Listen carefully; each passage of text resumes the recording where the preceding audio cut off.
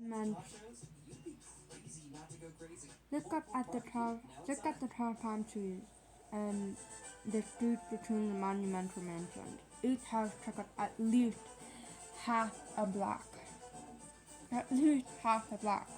Some were English and Victorian style, lots of others were modern with glass walls and huge yards. I started to get scared as we continued up the road and the houses got bigger and bigger. At last we reached a set of immense gate, 10 feet high, and when my mother put up the small device out of the glove box and pressed the button, they started to open. So she put the car back in gear, and we went down the hill surrounded by gardens and tall pines that smelled pleasantly of summer and sea.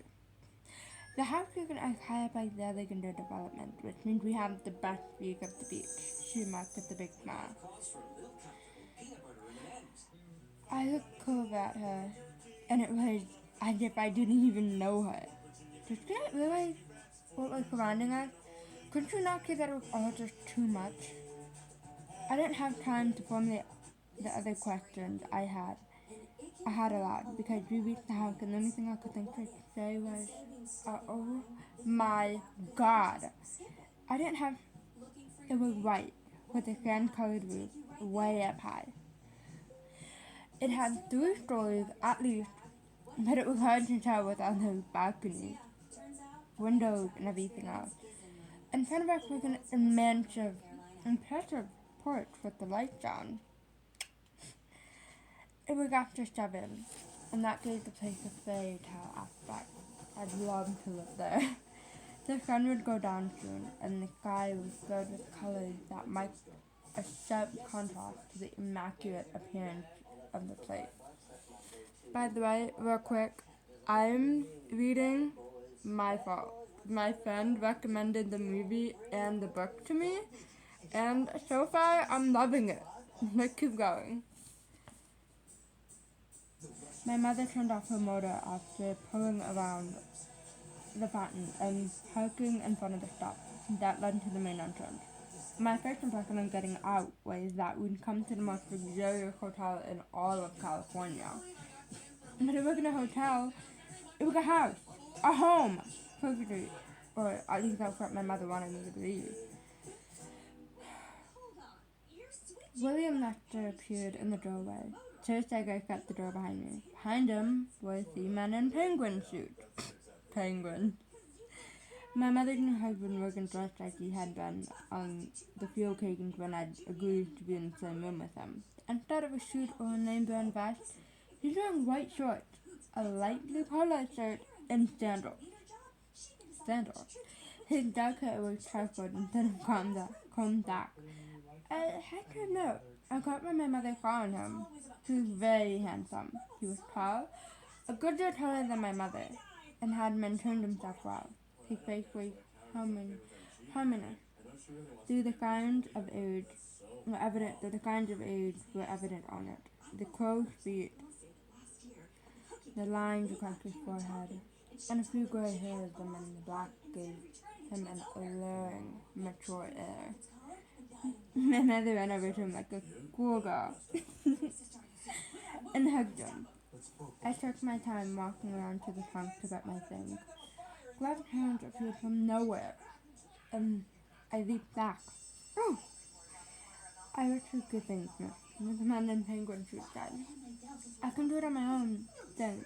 I'm just being very uncomfortable. The man looked at me as if I were out of my mind. Let Martin help you, Noah. Let Martin help you, Noah. I had really much to say behind my back. Grudgingly, fine. I released my suitcase. So happy to see you. So happy to see you. My mother continued smiling affectionately. Next to him, my mother motioned for me to behave. To behave. Smile. To something. I can't see the frame. I found her stretching out a hand for him to shake. I knew what I'd just done were terrible manners. But in that moment, I felt like telling the truth. I wanted to make completely clear what my position was concerning this change in our lives. William didn't seem offended. He held my hand longer than necessary, and I felt strange. One sec, guys.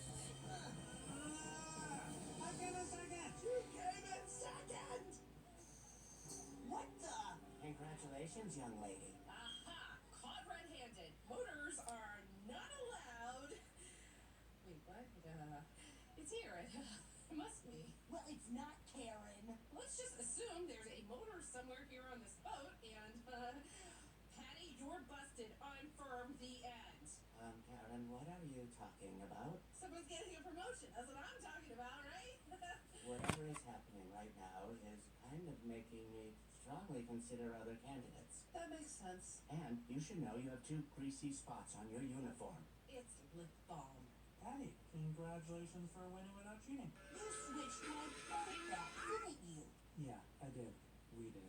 Okay. Patty cake? Good one. Thanks, Dad. Did you win a trophy, honey? Yeah, you want it? You want me to have it?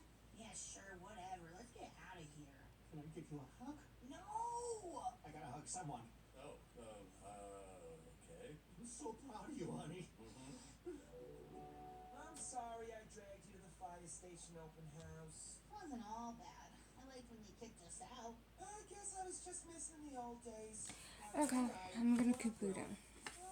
You guys are holding my hands. Oh, whoops, I sorry. wanted to make completely clear what my position was concerning this change in our lives. William didn't seem offended. She held my hand longer than necessary, and I felt strange.